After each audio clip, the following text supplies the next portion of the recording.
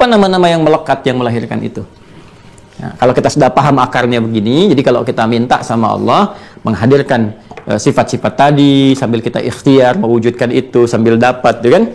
Maka apa yang kita mesti panggil? Ada yang umum sifatnya yang mencakup segala keadaan. 3 namanya. 3 ya. 1 Rabb. Rabb. Jadi kalau Rabb itu umum tuh. Ya, umum mencakup semua keadaan. Artinya kita mau keadaan sulit di rezeki yang kita rasakan padahal Allah kasih cukup, gitu kan? Nah, ada misalnya di masalah rezeki, masalah kehidupan rumah tangga, masalah di pengetahuan, maka kita bisa menggunakan nama yang umum yaitu Rabb. Ya, Rabb. Makanya kita katakan Rabbana, Rabbana, Rabbana, ya Rabbi, Rabbi firli dan sebagainya. Itu kan ada harapan dapat rahmat di dalamnya. Kan? Tapi ini masih standar umum. Ini pun harus diikuti dengan konsepsi ibadah yang telah saya terangkan dahulu.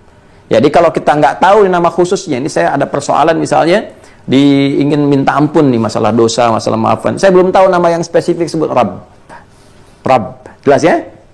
Nah, makanya di Al-Quran banyak kemudian redaksi-redaksi dari firman Allah Subhanahu wa Ta'ala yang ayatnya langsung menunjukkan dengan kata Rabb. Ya, Rabbana atina fid dunya hasanah. Ya, Rabbana la tu'akhidna in nasina aw akhtana. Ya, Rabbana wa la tahmil alaina isran kama hamaltahu 'alal ladzina min qablina. Rabbana wa la tuhammilna ma la taqata lana bih. Ketika kita mengatakan Rabbana, Rabbana, Rabbana, Rabbana 3 kali, jawabannya apa? Fa'fu anna, al-'afu datang. Waghfir lana, ghafir ghaffar, kemudian ghafur. Warhamna, rahmat datang.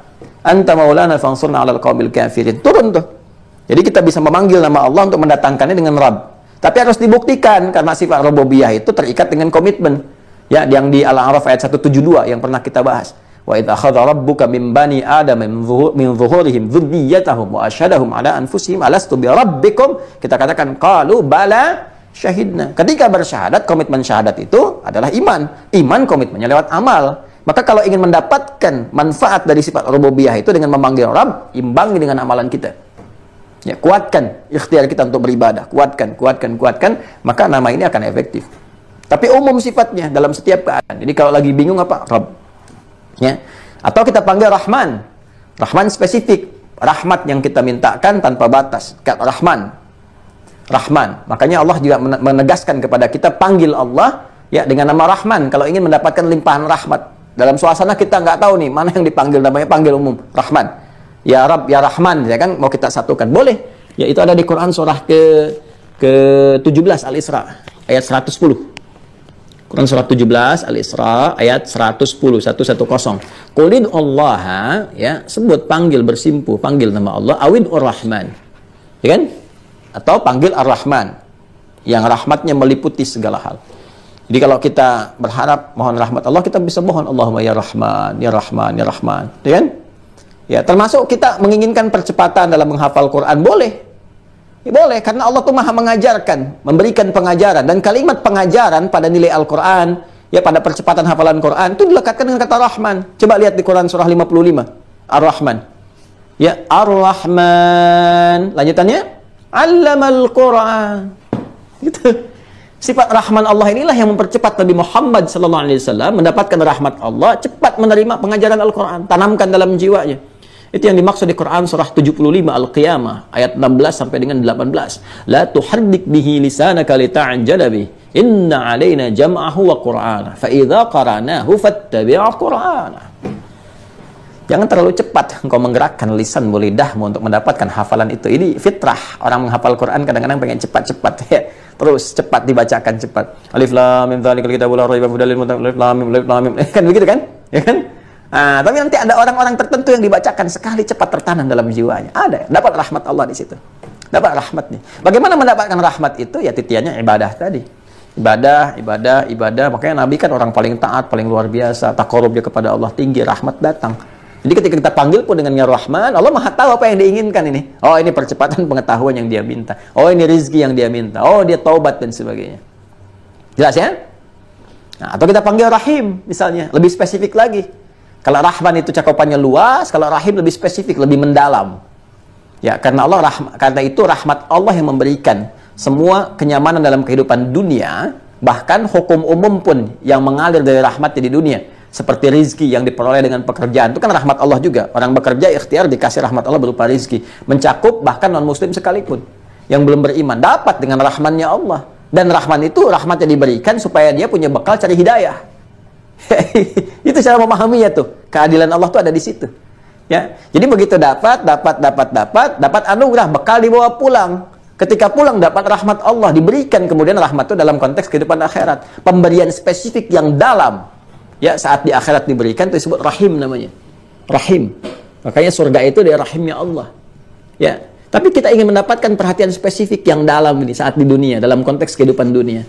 Ya, saya ingin Allah memperhatikan saya lebih dalam, membimbing saya lebih dalam, lebih jauh, memberikan curahan rahmat lebih dalam. Maka kita panggil Allahumma ya Rahim. Ya. Atau kalau mau keduanya ya Rahman ya Rahim. Ya, dan pasti manusia itu pengen dua-duanya tuh kan.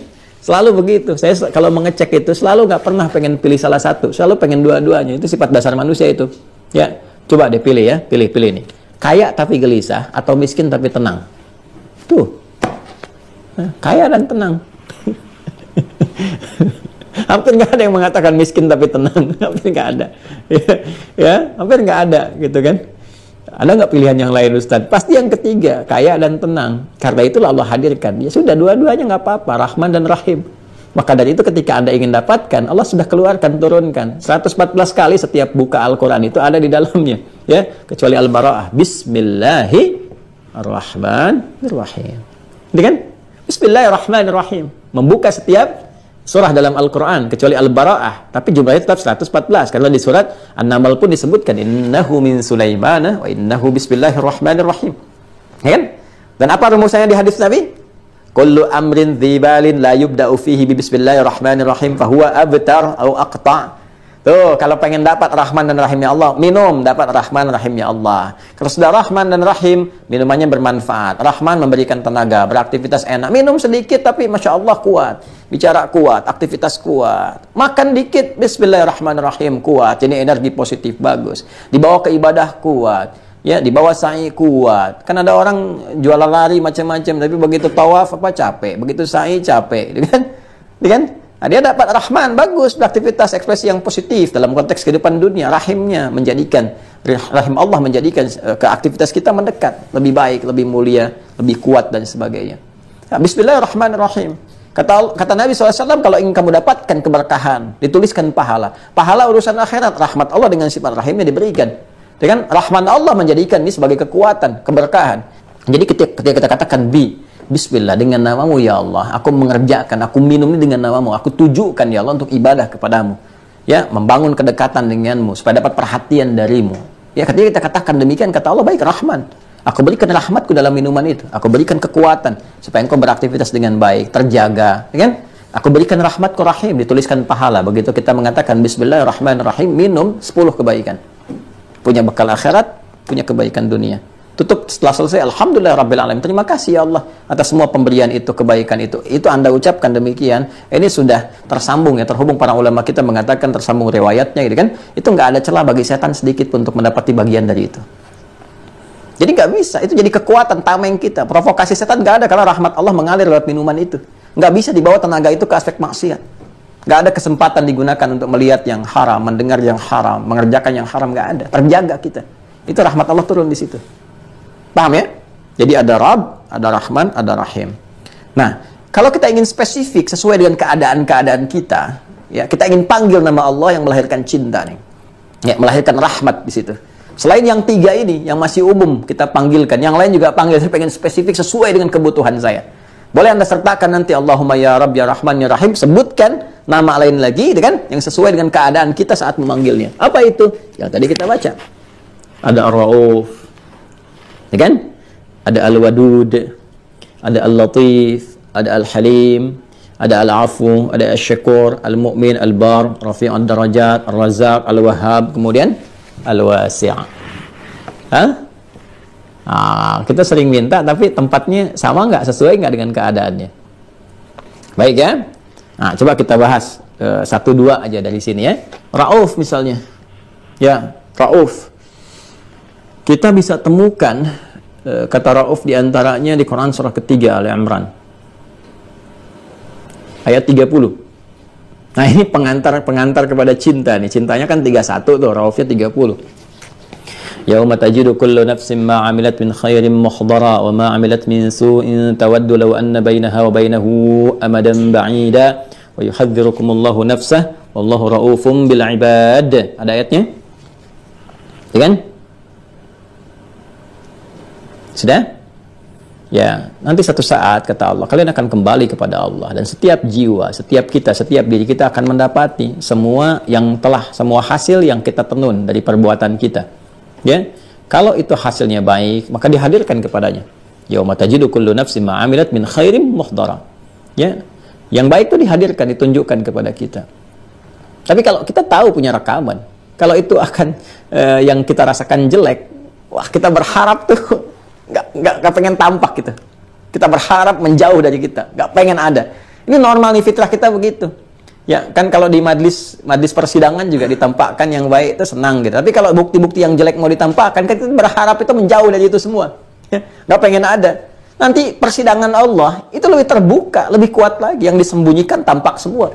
Ya, wa may ya'mal mithqala dzarratin khairan yarah. Yang baik tampak. Wa may ya'mal mithqala dzarratin syarran yarah. Sekarang mau dibungkus sekuat apapun akan terbuka nanti. Semua akan diperlihatkan. Makanya saya sering membawa saripati dari bahasa Al-Quran itu kalau mau miss call pun ya khairan yarah. Jangan sampai miss callnya yang syarran yarah gitu. Karena akan ditampakkan gitu.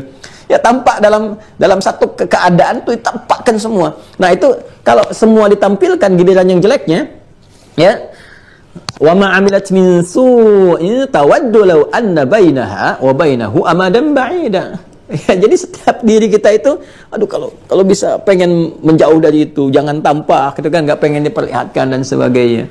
Wa yuhadzirukumullahu nafsa. Allah ingatkan nih, dari sejak sekarang, mumpung belum meninggal, mumpung belum kembali, kata Allah. Ya, nah, ketika Allah mengingatkan kita untuk menjauhi hal-hal yang melahirkan dampak buruk yang terpublikasikan karena perbuatan kita sendiri di akhirat kelak, dan semua bisa mengakses. Ya, perhatian yang dalam untuk menjaga kita dari perbuatan maksiat karena kasih dan cinta Allah yang mendalam itu disebut Rauf namanya. Salah satu maknanya.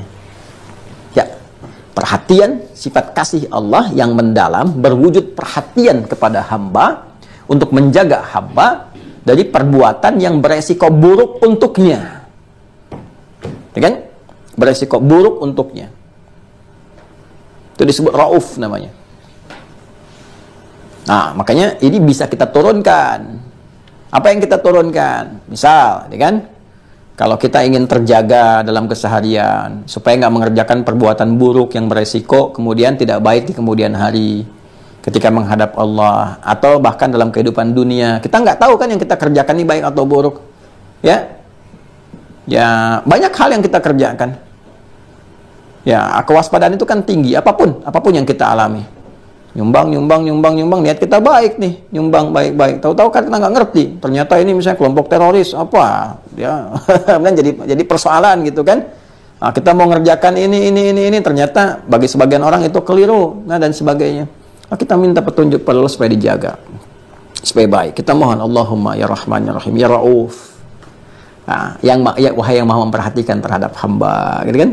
Jagalah perilaku hamba, jaga sikap dan sifat hamba ya Allah. Engkau yang maha mengetahui, supaya hamba tetap konsisten pada kebaikan. Nah itu silahkan minta dalam beraktivitas. Mohon sebut namanya Rauf untuk menjaga kita dari keburukan-keburukan, ya kan?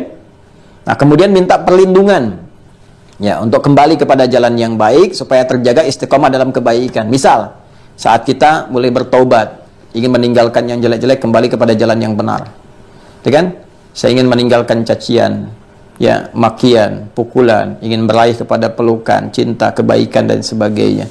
Saya bertobat nih kemarin, kasarin orang dengan lisan, ingin baik. Terus ingin terjaga kita supaya nggak tampak yang buruk itu, taubat menghapus, nggak tampak di akhirat. Kita mohon pada Allah untuk melindungi kita, menjaga kita. Kita bisa katakan Rauf. Allahumma ya Raufam bil ibad. Ya Allah, yang maha penyayang, yang maha cinta kepada hambanya, yang dengan cinta itu memberikan perhatian tanpa batas. Maka hamba memiliki karakter yang terbatas, ya Allah. Dengan keterbatasan ini hamba berbuat salah. Hamba mengakui banyak salahnya, banyak zalimnya. Mata hamba banyak maksiatnya, lisan hamba banyak salahnya, pendengaran hamba banyak kelirunya. Hamba mengakui, ya Allah.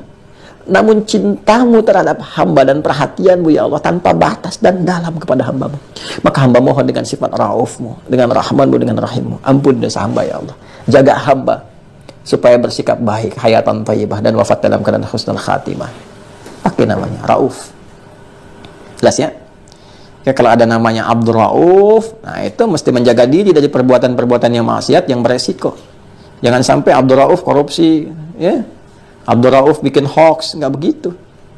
Ya. Nah, Abdur Rauf itu hamba yang terjaga, yang selalu mengantisipasi kegiatan-kegiatan itu supaya semua menjauh dari hal-hal yang menjauhkan dirinya dari Allah. Jadi membangun kedekatan. Raufum bil ibad, kuat perhatiannya, dengan kuat itu menjaga. Ya. Jelas ya? Nah, jadi silahkan gunakan nama Rauf ini untuk memanggil Allah, memohon cintanya, rahmatnya, kasihnya yang terkait dengan perhatian dan pengawasan mendalam pada hal-hal yang beresiko dalam kehidupan. Maaf. Alhamdulillah. Yarhamukumullah. Taib. Wahdikumullah. Jadi satu kali dosen saya bersin. Kita katakan muridnya, yarhamukallah ya Syekh. Ya, semoga Allah rahmati Anda, dan Anda rahmat karena kan kotoran keluar macam-macam. Ya kan biasanya dijawab yahdikumullah kan. Nah, cuma dosen kita itu pintar, nggak mau kebagian langsung, dia pengen spesial juga untuk dirinya. Yahdini awalan tsumma antum. Yarhamukumullah kata kita, beliau katakan yahdini awalan tsumma antum. Kan kita mengatakan yahdikumullah, semoga Allah berikan hidayah kepada kalian semua. Tapi beliau menjawabnya, semoga Allah berikan hidayah untuk saya duluan, baru kalian semua. Karena beliau pengajar kan, yahdini awalan tsumma antum. Baik, jelas ya? Ada wadud. Wadud. Masya Allah. Apa itu wadud? Di surah Al-Buruj kan ada wadud ya. Di surat Hud juga, surah 11 ayat 90 ada wadud. Ya kan? Inna rabbi rahimu wadud, ya kan? Wa huwal ghafurul wadud. Ada di surah Al-Buruj itu, wa huwal ghafurul wadud, ya kan?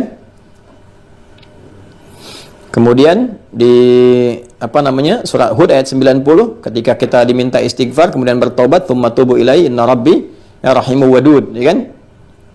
Baik. Wadud asalnya adalah itu dari kata wud, juga seakar dengan kata mawaddah. Ya, dari sifat wadud ini turun mawaddah. Ya, mawaddah. Kalau bahasa singkatnya, ekspresi kebaikan yang bersumber dari kasih yang dalam. Ya, itu wadud tuh.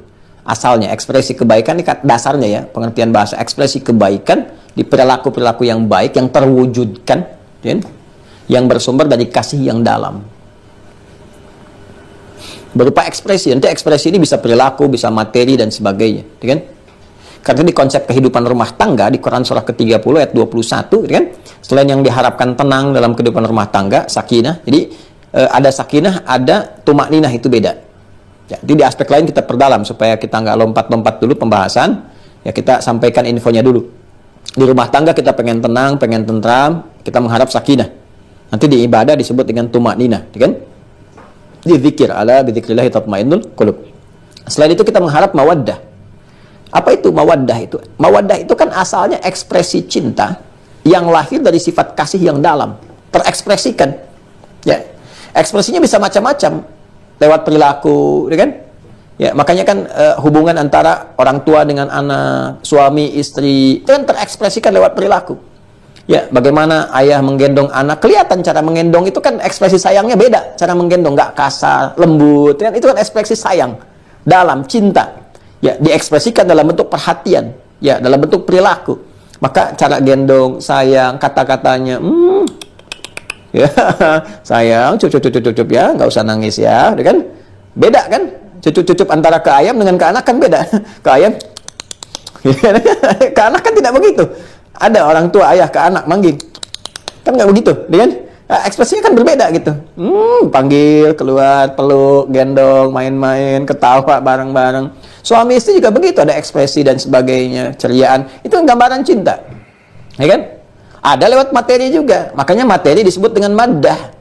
Ya, bisa ditafsirkan mawaddah itu juga ekspresi cinta yang lahir dengan pemberian materi. Ya, ibu kan saat masak makanan ingin menampilkan yang terbaik kan? Itu kan materi.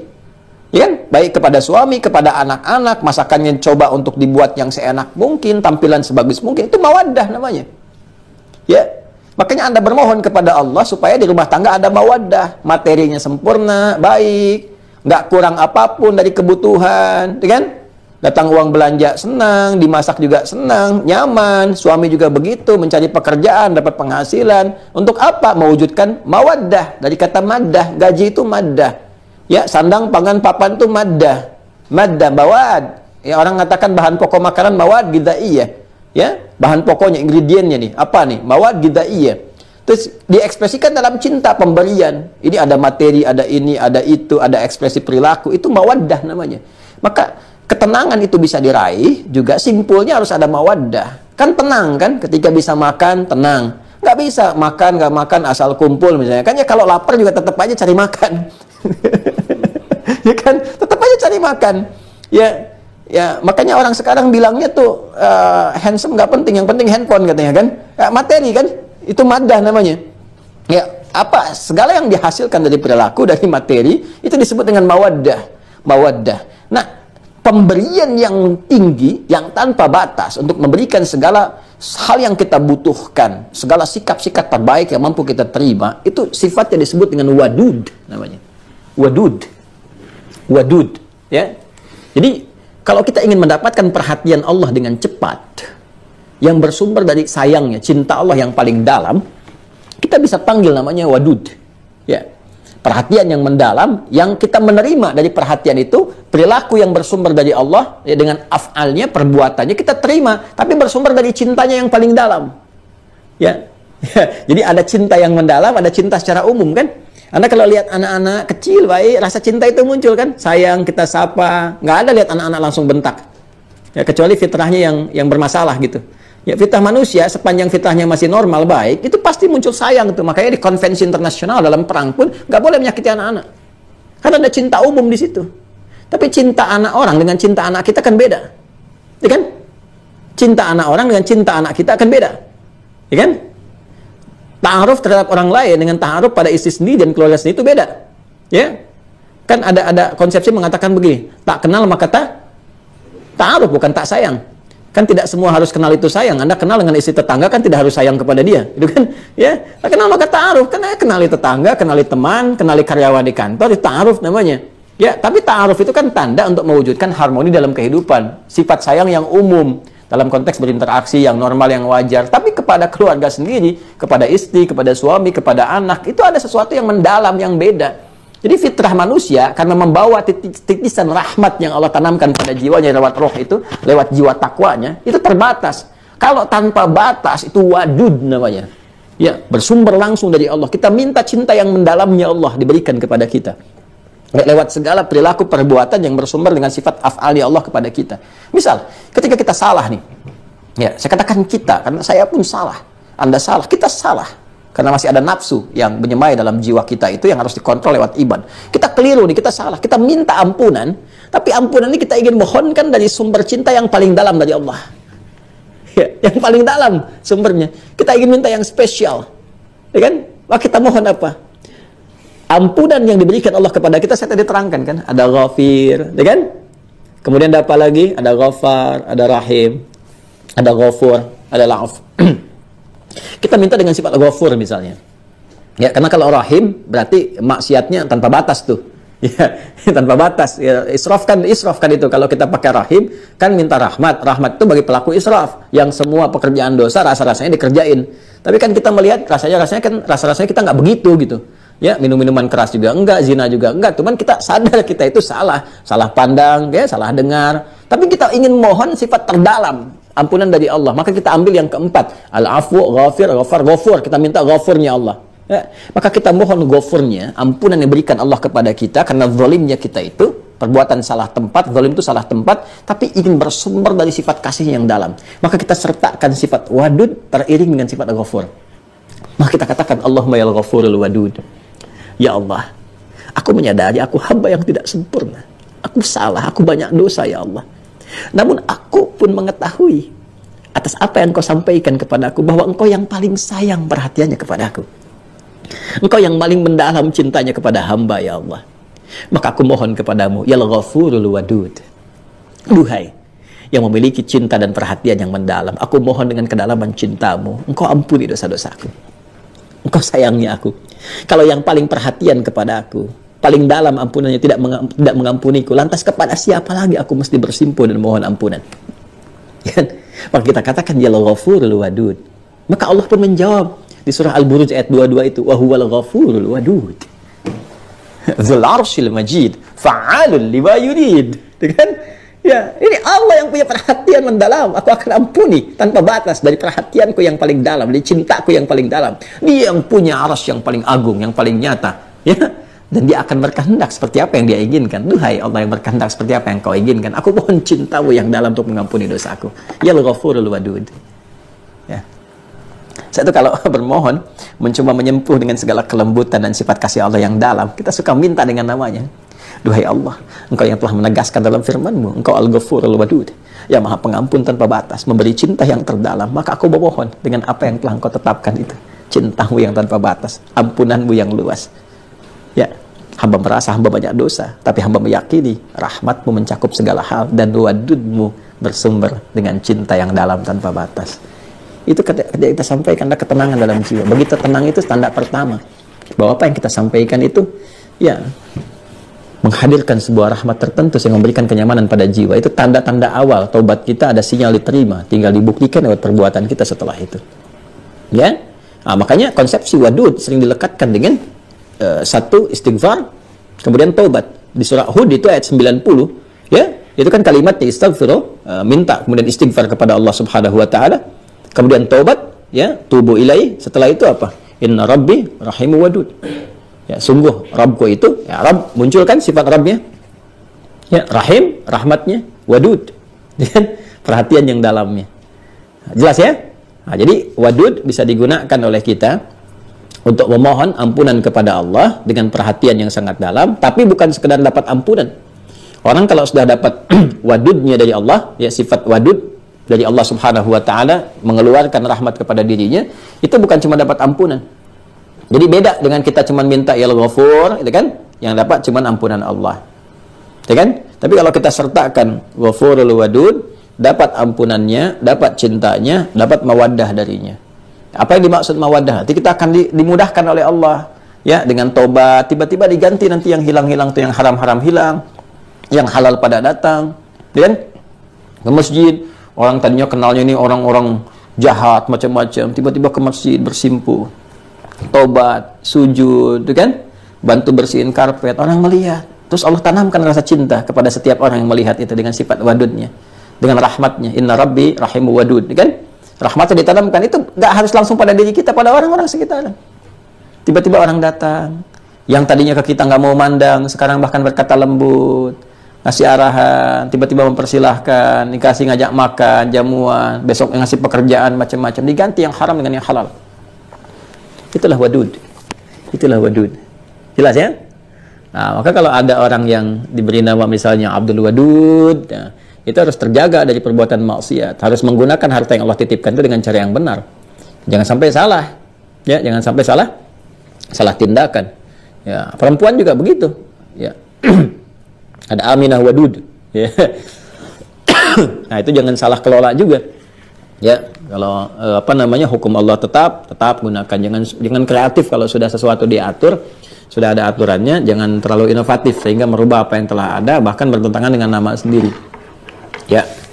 Demikian ya teman-teman sekalian. Yang lain-lainnya silakan didalami ya, PR. Nanti saya beri PR kepada para peserta. Senin nanti saya tanya apa artinya Al-Latif, gitu kan. Apa artinya Al-Halim? Kenapa Nabi Ismail alaihissalam itu disebut gulamun halim, ya kan? Tapi Nabi Ishak gulamun alim, ya. Nabi Ishak itu di Quran disebut gulamun alim, anak yang cerdas. Tapi Nabi Ismail gulamun halim, cerdas dan perasa, ya. Nah, kemudian nanti Al-Afu sudah saya sampaikan. Asy-Syakur, apa tuh namanya Asy-Syakur? Ya, nanti kalau ada misalnya di hamba namanya Abdus Syakur, ya kan? Nah, seperti apa ekspresi menjadi Abdus Syakur itu? Jangan sampai namanya Abdus Syakur tapi pembicaraannya, gitu kan, tindakannya, perilakunya, tutur katanya bertentangan dengan namanya sendiri. Ya, termasuk Abdul Halim, Abdul Latif dan sebagainya. Abdul Latif tapi kasar gitu kan. Bapak kan Abdul Latif, ayah kan Abdul Latif, kenapa kasar? Yang Latif kan Allah. Tapi kan papa hambanya gitu ya. Nah, nanti dibalik itu jangan dengan kata-kata, dengan doa di keheningan malam kita mohon. Allahumma ya Latif, ya Latif, yang maha lembut dan melembutkan. Engkau berikan nama kelembutan bahkan kepada suamiku dengan nama yang indah Abdul Latif. Ya Allah, dengan segala kekuatanmu, dengan segala keagunganmu, dengan segala kelembutanmu, mohon tanamkan sifat-sifat terbaik dari nama yang tersemai itu ke dalam jiwa suamiku. Anugerahkan kelembutan kepadanya, kebaikan pada dirinya. Lalu setelah itu akan dibimbing. Biasanya bimbingannya sih nggak langsung kepada orangnya, tapi kepada diri kita dulu diberikan jalan. Dikuatkan dulu kitanya. Jadi begitu di sananya misalnya cemberut, kita senyum. Begitu di sananya kasar, kita lembut. Nah, itu sikap-sikap itu nanti akan melembutkan. Tanpa sadar itu bagian dari doa kita. Jadi ada skema jawaban dari doa itu nggak langsung kepada objek yang kita doakan. Tapi nanti diberikan oleh Allah kepada kita dengan hikmah tertentu. Dari sikap kita yang menjadi katalis kebaikan itu muncul. Ya, muncul di objek yang kita doakan itu. Jadi ternyata pembawaannya dari sikap kita. Apa hikmahnya? Ternyata untuk memberikan limpahan pahala kepada kita. Pahalanya banyak dikumpulkan. Kalau langsung diberikan pada dia kan cukup pada doa pahalanya. Tapi kalau diberikan kepada kita untuk bersikap dan dengan itu jadi memberikan asar, dampak kepada jiwanya dan dengan itu dia berubah, maka pahala mengalir banyak untuk kita. Ya, itu ya kadang-kadang jawabannya demikian gitu ya. Kemudian al-mu'min untuk konsistensi keimanan kita bermohon al-bar kan untuk memohon kebaikan-kebaikan yang melepaskan keburukan dalam diri kita. Bar itu nanti derivasinya kata birrun. Ya, birrun. Jadi kebaikan itu banyak nanti di Al-Quran ada tayyib, ada khair, ada ma'ruf, ada ihsan, ada saleh, ada birrun. Kalau birrun itu kebaikan yang muncul setelah buruknya hilang. Kesolehan yang muncul setelah salahnya hilang. Ya. Kalau melekat kepada diri kita kebaikan itu, kita ini sudah mengoreksi diri jadi baik kan. Terus yang salah-salahnya hilang. Misalnya lisan yang kasar jadi lembut, ya kasarnya hilang, lembutnya muncul. Kemudian juga mohon maaf ya, pendengaran misalnya biasa dengar yang kurang baik, sekarang mendengar yang baik, jeleknya hilang. Nah, kebaikan yang muncul setelah buruknya hilang, kesolehan yang tiba setelah salahnya itu ditanggalkan, itu birrun namanya.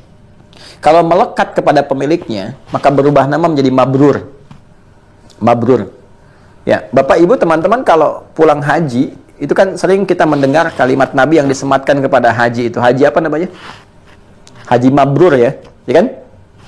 Pernah dengar istilah itu ya, haji mabrur? Apa artinya haji mabrur? Bukan diterima. Kalau diterima, makbul namanya.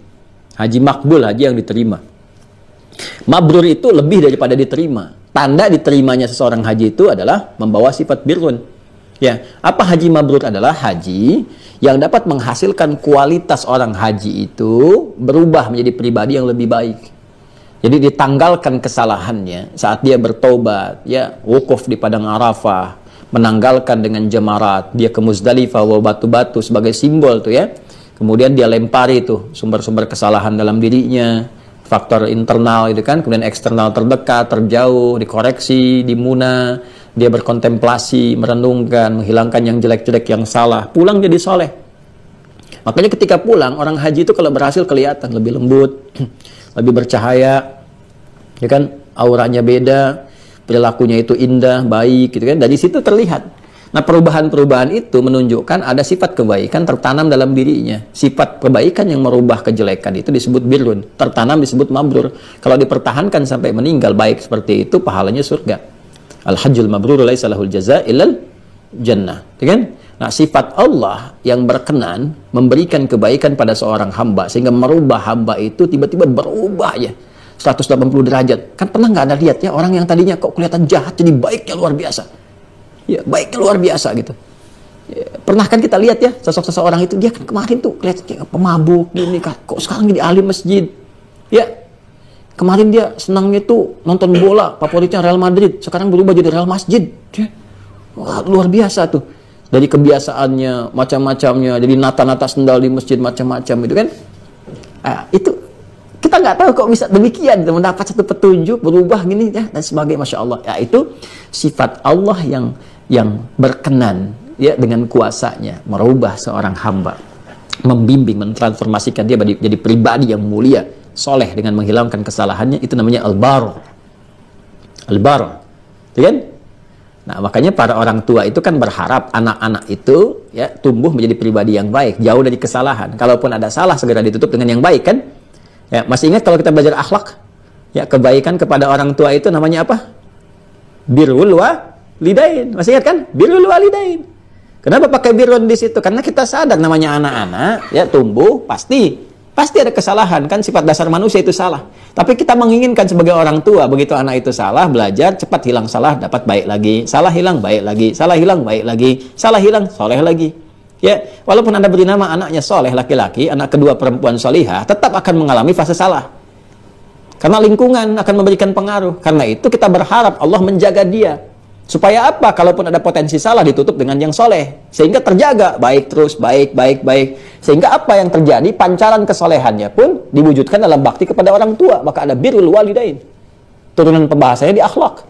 Maka kita bisa memohon kepada Allah, Allahumma ya al-bar, Allahumma ya Rabb, ya Rahman, ya Rahim, ya al-bar. Ya Allah yang maha baik, yang mampu menanggalkan kesalahan menjadi kesolehan. Ya, mohon anugerahkan kepada aku anak-anak yang saleh. Anak-anak yang dengan kesolehannya mampu membahagiakan kedua orang tuanya, ya Allah. Engkau yang titipkan dia kepadaku, ya Allah, untuk aku kandung, aku lahirkan, aku berikan perhatian. Engkau yang titipkan kepadaku, ya Allah, untuk aku berikan kasih sayang. Engkau yang titipkan nafkah kepadaku untuk diberikan kepadanya. Kami telah jalani semuanya, ya Allah. Namun hanya Engkau yang maha baik, yang mampu menanggalkan semua kesalahan yang tak nampak bagi kami, ya Arhamar Rahimin. Maka Allahumma kami berharap, bermohon, bersimpuh kepadamu, ya Rahman, ya Rahim, ya Al-Bar, yang maha memiliki kasih sayang yang mendalam, cakupan rahmat yang luas, yang mampu menanggalkan segala kesalahan dan menggantinya dengan kesolehan. Mohon anugerahkan kepada kami anak-anak yang saleh, anak-anak yang baik, yang mampu mewarisi salah keluarga dengan titian kemuliaan yang meraih ridha-Mu saat kami kembali kepadamu. Kumpulkan kami dengan kebaikan, kemuliaan yang Kau tetapkan dengan sifat-sifat agung-Mu. Kalau hamba bermohon kepada yang maha bisa merubah dengan segala kebaikan, dengan sifat barnya yang mampu menitipkan, memberikan, menanamkan kemuliaan dalam jiwa setiap hamba, belum mampu juga, ya Allah, kami mendapatinya, lantas tunjukkan kepada kami dengan cara apa lagi kami mesti memohon. Wah, itu kalau dipanjatkan tengah malam setelah tahajud itu enak gitu. Minimal hati kita itu tenang. Habis itu lihat ya anak-anak. Saya kalau datang itu jangan duga, Anda duga saya pulang jam 8, 9. Tidak, kadang-kadang kita pulang tengah malam, jam 12, jam 1, jam 2 pulang. Kadang tertidur di kantor, menjelang subuh kita sempatkan pulang. Itu kalau saya pulang, lihat keluarga sudah tidur semua, saya tetap satu-satu itu. Istri saya, anak saya, semua kita lihat. Pegang satu-satu palanya, itu kan kita doakan sama Allah. Kita mohon ampun. Ya, pertama kita koreksi diri dulu, ya Allah. Itu kan, aku berdakwah, mengajak gini kan, aku mohon ampun. Kalau dengan semua apa yang aku kerjakan belum mampu memberikan perhatian kepada keluarga, kita lihat, minta. Jadi itu apa ya?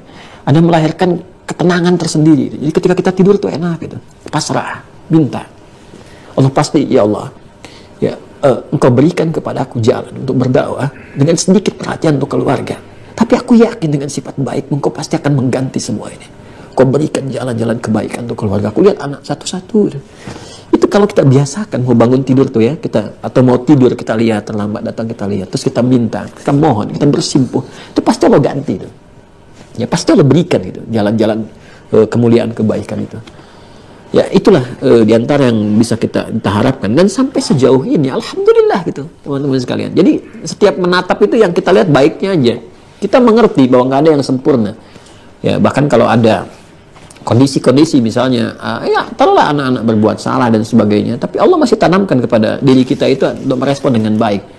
Ya rasa-rasanya kok, aduh, mana nih mau marah sama anak, kita aja banyak salah kok. Masa anak saya belum dihisab, belum ada dosa yang dihitung oleh Allah, terus kita yang pendosa mau marah sama anak yang belum dihisab, rasanya malu gitu. Ya, rasanya malu. Nah ini kita bisa mohonkan. Kadang-kadang kita ada keinginan, Allah kasih jalan itu kan. Nah, namun demikian kita nggak baca jalan itu. Ya kita nggak buka kuncinya.